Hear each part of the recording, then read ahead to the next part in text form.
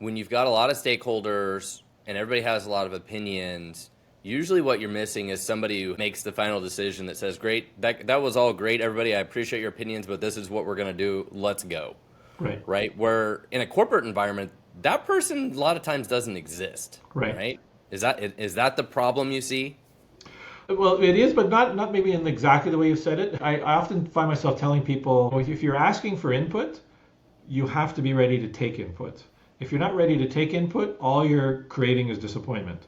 So if you go into a meeting and we say to somebody, we open it up, okay, we're going to talk about what we're going to do next year, and everybody's just going to free for all, you're not going to make anybody happy. So then you have to manage that team by trying to sort of force everybody to follow whatever the decision is, whether you make it or whether you draw it out of the collective input.